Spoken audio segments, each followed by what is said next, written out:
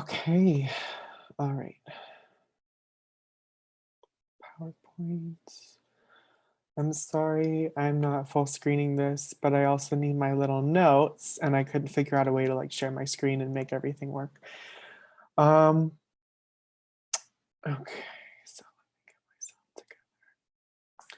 All right, so before I begin, I want to acknowledge that what I'm going to do is not the result of my own sequestered research, but the result of coursework, my situation being a doctoral student in linguistics and applied linguistics, my relationships with a lot of different people, my relationships to texts and scholars who I don't know personally, all of which are ongoing and not static circumstances. I also want to highlight that a lot of my insights or a lot of sort of the things that I'm following come from being in conversations with trans and queer people who are inside and outside the academy, as well as organizing spaces that I share with others where we learn and embody movement towards liberation, which is the aspirational teleology of all my thinking, articulating, and making. Okay, so well, hello from the past. This presentation has remained despite my nervous wavering, entitled Notes on the Trans Voice. My name is Alexandra E. Gilbert, and I am a doctoral student at Arizona State University in the English department and specifically the Linguistics and Applied Linguistics program. All right, so this talk is really more of a walking along a particular path. So a path constituted by my trying to make sense of issues raised within sociolinguistics, but taking those issues and problematizing them such that their dimensions, seen and unseen, can be articulated through scholarship across different disciplines. This is my effort to think together texts from sociophonetics, post and anti-humanism, philosophy of science, and trans studies. I'm trying to take an initial look at the trans voice and the problems that it transgenders, so to speak, rather than engenders. Um, so looking at the trans voice and the problems that it sort of raises to be read across, problems that need to be read across to annihilate the borders between and among disciplines, and to do inquiry without scotomizing the work that other scholars have done by asserting that my path here is complete or exhaustive or not driven by my deeply personal and political interests in transness and language. And I don't want to offer solutions for moving forward along the linear narrative of social scientific evolution, but to articulate part of the complex set of entanglements that comprise my confused delight or a reverence for the complexities involved in approaching the or a trans voice. So I am connecting dots in the world that I'm experiencing, not attempting to solve a problem or do something that is disciplinarily or generally legible. And to give a bit of credence to my arguably experiential and autoethnographic methodology, here's a quote from philosopher of science Paul Feyerabend. Neither science nor rationality are universal measures of excellence. They are particular traditions unaware of their historical grounding. Science is an essentially anarchic enterprise. Theoretical anarchism is more humanitarian and more likely to encourage progress than its law and order alternatives. Okay, so just to begin with, some riffs on the title. I'm wondering, of course, what does it mean to assert the trans voice, that there is such a thing as the trans voice, as opposed to just using a trans voice? Are we talking in particular about a trans person's voice, so the voice of a trans person, the stylistic combinations of individual trans people, the collective voice of trans people or their ability to speak, the quality of that trans speech? And then this third option, trans voice, is like, could the prefix of trans be placed before voice to do something particular, to indicate the distinctiveness of a voice that is trans in some way? And then the final formulation, which I take to mean something like an operation, an equation, whereby the voice is subjected to a trans analytic, thereby transing the voice. So all of these formulations and more came to me in trying to specify the postulation of the trans voice or of trans voice in general. And I'm going to begin, or maybe I already have begun, but the next thing I'm going to do in any way is talk about the work of Lal Zimman. Um, so to talk about sociolinguistics, and particularly the work of Lal Zimman, a trans sociolinguist at UC Santa Barbara, whose work opened me to the connections between transness and language enough actually to get into a doctoral program to study them. So I read Lal Zimman's work before I applied for the program several years ago, and that sort of gave me the ability to see myself doing something in sociolinguistics about transness. In his work on the sociophonetics of trans voices, he articulates a few key arguments. And so I'm reading particularly from his article, Gender as Stylistic Bricolage, um, which was published in 2017. And I'm going to read a few quotes from it. I have up on this slide some general takeaways from the article, but the quotes are, these are like my takeaways from the quotes. I'm gonna give you the quotes and you can go back and read what's on the slide later. Okay, so the first one is, in introducing the issue is gender differentiation in the voice is of critical importance to sociolinguists who have built theories about male and female voices into our most basic methods for sociophonetic analysis. What these perspectives tend to share is a structural, determining, or deterministic understanding of the gendered voice, in which sex and or gender, early gender socialization lock in gender differences that persist across the lifespan. He also notes that trans voices demand a retheorization of phonetic gender differentiation in order to account for the full diversity of the gendered voice. So you can already kind of see how we're talking about sexual difference and we're sort of like hinting at all of these cacophonic larger historical conversations. He also notes, so the voice acts as a critical mediator of gender perceptions. Those whose voice marks them as audibly transgender often find that speaking is the act that prevents them from having their self-identified gender recognized and affirmed by others. And of course, this also, I mean, semi-euphemistic way of saying that the voice is of crucial importance to moving through the world as a trans person, and that matters of the voice can be matters of life and death. He also notes that the article's aim is to complexify our understanding of what it means to have a female or male voice at all. So that's what he's doing in this particular article. And he also notes that trans voices demand a reframing of the gendered voice as a fluid set of multidimensional styles rather than a static property determined by speaker sex. Viewing gender as a form of style sheds light not only on the way voices become gendered, but also the broader theorization of how language is imbued with social meaning. And goes on to say that approaches to semiotic style that treat social meaning as produced through stylistic bricolage, as in Penelope Eckert's work, are ideal for unpacking the various ways that gender is indexed phonetically, leading to the conclusion that gender itself is a form of sociolinguistic style. All right, so the methodological issues that Zimman raises in accounting for trans voices cannot be solved within a particular discipline or group of subdisciplines, but is itself partially a result of the enactment of disciplinary borders. If variationists in the third wave are concerned with style, will there be an exploration of the millennia-old study of aesthetics, or an elaboration unburdening sociolinguists with the questions of aesthetics? I mean, do we do analysis just to solve problems and build the field in a linear way? Or are there larger questions that we're working through? And then in answering those questions, which correspond to the larger scholarly imaginary, what role does narrative play in shaping that larger scholarly imaginary? And I'm drawing on the work of historian Michel Ralph Trio, who articulates this sort of problem, the problem of narrative, very well. And he's talking specifically with regard to the discipline of history, but with relevance to the project at hand.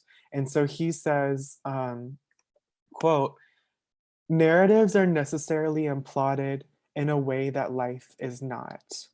Thus, they necessarily distort life, whether or not the evidence upon which they are based could be proved correct. Within that viewpoint, history becomes one among many types of narratives with no particular distinction except for its pretense of truth. Whereas the positivist view hides the tropes of power behind a naive epistemology, the constructivist one denies the autonomy of the socio-historical process. Taken to its logical endpoint, constructivism views the historical narrative as one fiction among others. So Trio is critiquing constructivism, and he also offers other critiques, but also the essential point is in the beginning, that narratives are necessarily imploded in a way that life is not. Narratives are on one hand an imposition, and on the other hand, if not possibly the significant organizational force of discourse. And so in kind of echoing this point, or maybe foregrounding it, he quotes Sallust, I believe a Roman historian, at the front of his book. Quote, I am well aware that by no means equal repute attends the narrator and the doer of deeds, unquote. And I'm reading here a distinction between our means of sense making and what might be said to be what actually happened.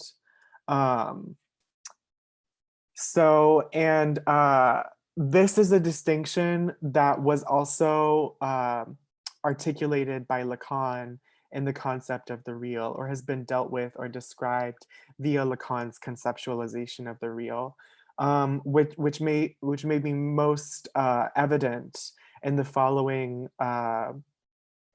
bits of writing that he gave. I'm going to quote at length from Lacan on his reading of Freud. So, quote, the theoretical difficulties encountered by Freud seem to me, in fact, to derive from the mirage of objectification inherited from classical psychology, constituted by the idea of the perception consciousness system, in which Freud seems suddenly to fail to recognize the existence of everything that the ego neglects, scotomizes, misconstrues in the sensations that make it react to reality, everything that it ignores, exhausts, and binds in the significations that it receives from language, a surprising méconnaissance on the part of the man who succeeded by the power of his dialectic in forcing back the limits of the unconscious, unquote. So if we're interested in re-theorizing the sexed voice, we need a new starting point. Beyond narrative, beyond social constructivism. And so this is where I'm interested in bringing in the work of Karen Barad, which engages science studies, philosophy, feminist theory, and physics. So they begin with a new starting place in their development of agential realism, which is following the work of physicist Niels Bohr, moving away from representative understandings of discursive practices to a performative understanding, stating, quote, a performative understanding challenges the representationalist belief in the power of words to represent pre-existing things. Unlike representationalism, which positions us above or outside the world we allegedly merely reflect on, a performative account insists on understanding thinking, observing, and theorizing as practices of engagement with and as part of the world in which we have our being. So another really interesting quote from that, kind of an aside, is language does not represent states of affairs and measurements do not represent measurement independent states of being, which kind of more directly troubles the sorts of analysis that that Zimman is going about in accounting for trans voices. So, okay. In her important work on sociolinguistics and style, upon which Zimman is working, Penelope Eckert states the following. So this is kind of a key sort of theory of style from her. Quote, the construction of style is a process of bricolage. Resources from a broad social landscape can be appropriated and recombined to make a distinctive style that will be identifiable not only by which resources it uses, but how it uses each resource and how it combines all its resources. Key to the issue of social reproduction is the fact that the choice of stylistic resources is neither neutral nor random. Any particular element that gets incorporated into a style may be local, regional, national, or international. What all these resources have in common is that they have some kind of social meaning for the speaker who takes them up, the bricoleur, unquote.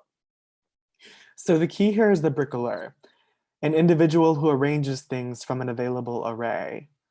How then to translate or diffract this to more developed social theories? Is the bricoleur analogous to the subject, the agent? As many theorists have articulated, philosophies that rely on a universal individual subject are immediately plagued with a variety of metaphysical problems. Karen Barad articulates this by taking up the work of Niels Bohr, by which we might articulate the problem of the individual subject as such. Its boundaries are ultimately indeterminate. Further, the subject, discursively produced in Western theory through its postulation, is always racialized as well as gendered or sexed. In Habeas Viscus, Alexander Wehelia states, quote, the volatile rapport between race and the human is defined above all by two constellations. First, there exists no portion of the modern human that is not subject to racialization, which determines the hierarchical ordering of the Homo sapiens species into humans, not quite humans, and non-humans. Second, as a result, humanity has held a very different status for the traditions of the racially oppressed, unquote. In this, he problematizes the universalization of the human and also notes the subjugation of knowledges of the racially oppressed. He also notes particularly, quote, how deeply anchored racialization is in the somatic field of the human, unquote. The sensorial of and to which the voice appears. Further, following Wehelia, Susan Stryker and Paisley Curra noted in 2015 that, quote, it is becoming increasingly difficult to think of transgender persons and transgendering processes as anything other than emergent manifestations of the same biopolitical processes that racialize. That is to say, both processes speciate living materiality as hierarchicalized, unquote. Okay. So then in thinking about a voice, I'm going to pose here just a series of questions. What's in a voice? What does it mean to account for a voice? Then, what does it mean to account for a trans person's voice? The voice expresses, articulates, mutters, responds, imbues, hints, strikes. The fields of rhetoric, oration, and performance studies augment the sociolinguistic account of the voice. The voice is performative. We perform with our voices, or we may voice concern or disagreement. The voice is immediately connected to authenticity. To have a voice and use it, it has to be your own, unfeigned, legitimate, real, felt. What can a voice do? Is a voice always produced by a segmented unit, a person, a group? Although we've become somewhat enmeshed in sociophonetics, we cannot discern the sociophonetic from the sociosemantic. And as Karen Barad notes, quote, the primary semantic units are not words, but material discursive practices through which ontic and semantic boundaries are constituted, unquote. In the face of agential realism and quantum physics, might the voice be merely a mirage, a discernment of particular elements among the cacophonic reverberations of sound in the mattering of the universe. Okay, so to talk a little bit about trans inquiry now. So Susan Stryker recently articulated in a really wonderful piece some of the complications involved in institutionalizing trans studies at the University of Arizona. She notes the levels of internal disagreements and the diversity of approaches within the field or fields, and about core issues concerning the contemporary iteration of trans studies, whereby there is, quote, a disagreement about whether trans studies is about studying trans people or whether it's about looking at the world through a trans lens, unquote. This is essentially the crux of the problem with the trans voice. Is it about accounting for trans people's voices or for examining the voice through a trans lens? And I'm reading from my script here, and also I have it particularly labeled as such on the slide, but there's an asterisk after the trans here, and the asterisk is important. So Eva Hayward and Jamie Weinstein wrote, quote, trans asterisk, foregrounds and intensifies the prehensile, prefixal nature of trans and implies a suffixal space of attachment that is simultaneously generalizable and abstract, yet its function can be enacted only when taken up by particular objects, though never any one particular object in particular. And that the sticky tentacularity of the asterisk signals not the primacy of the human, but the eventualization of life. Trans, asterisk, is not a thing or being, it is rather the processes through which thingness and beingness are constituted, unquote. And they cite Donna Haraway's When Species Meet and saying, if we appreciate the foolishness of human exceptionalism, then we know that becoming is always becoming with, in a contact zone where the outcome, where who is in the world is at stake, unquote. In accounting for the voice, we also engage in its production. I become alongside this work and the ways it lives in my life, in conversations and keeping me up at night, or soothing me in existential angst, or in the ways it mediates my actual material life as a grad student, which in turn is becoming with an endless amount of pulsing life. Hayward and Weinstein also note that the asterisk is paratactic. So, quote, it denotes a database search. It designates multiplication. It can be a disclaimer indexing the fine print. It indicates pseudonyms or names that have been changed. And in computer code, asterisks around a word will embolden it, unquote. So suddenly putting trans next to voice is a hell of a lot more complicated. So I'm asking, what would it mean then after moving through this material to account for the mattering of the trans voice, or the enactments of sound bursts whose waves impact things within reach? And then what is the materiality of style? What is the materiality of the voice outside of its capacity to index social meaning, beyond its capacity to merely index, but to materially affect the world around and among it?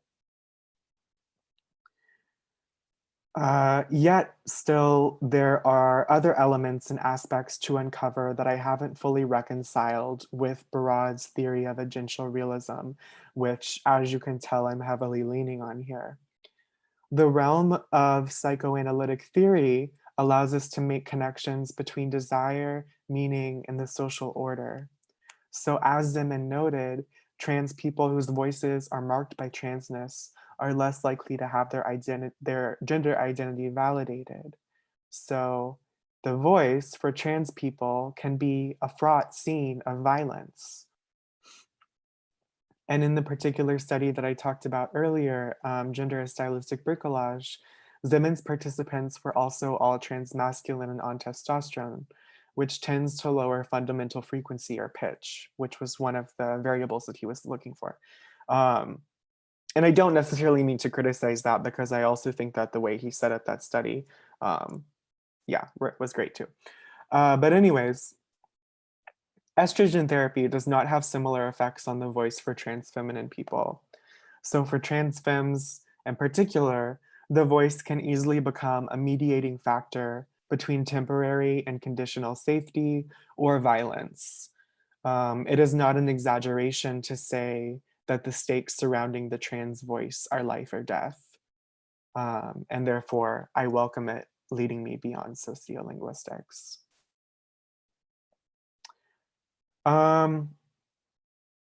Okay, so ultimately, what Zimman is pointing out about the limitations of sociolinguistic analysis to account for trans voices echoes the illegibility that seems to characterize transness. In Normal Life, Administrative Violence, Critical Trans Politics, and the Limits of Law, Dean Spade discusses opening the Sylvia Rivera Law Project and taking on, quote, an endless stream of people facing a series of interlocking problems related to being basically unfathomable to the administrative systems that govern the distribution of life chances: housing, education, healthcare, identity documentation and records, employment, and public facilities, among others. As I look at this problem, I'm seeing that trans voices are unfathomable to a system which needs voices to be essentially male or female. Spade's argument is to reject legal reform that recognizes trans people with certain rights, but rather he questions the legitimacy of these administrative regimes as benevolent institutions that deserve to exist. He articulates a critical trans politics that, in his words, refuses to take for granted stories about what counts as change that actually maintain certain structures and categories, unquote. A politics that's concerned with practice and process. To me, engaging such a politics with regard to the trans voice might indicate that we can't research the voice aside from the speaker or the researcher or the mattering of their context. I want to refuse answers that cauterize the linguistic from the cultural, that engage a disengaged political analysis, that don't account for the workings of desire in both the production and reception of the voice, though of course, this separation between production and reception cannot be held. Thank you so much for listening. Here are some of my resources. I guess I will end it here. Thank you for listening, and I look forward to seeing everyone else's presentations and seeing what people have to say.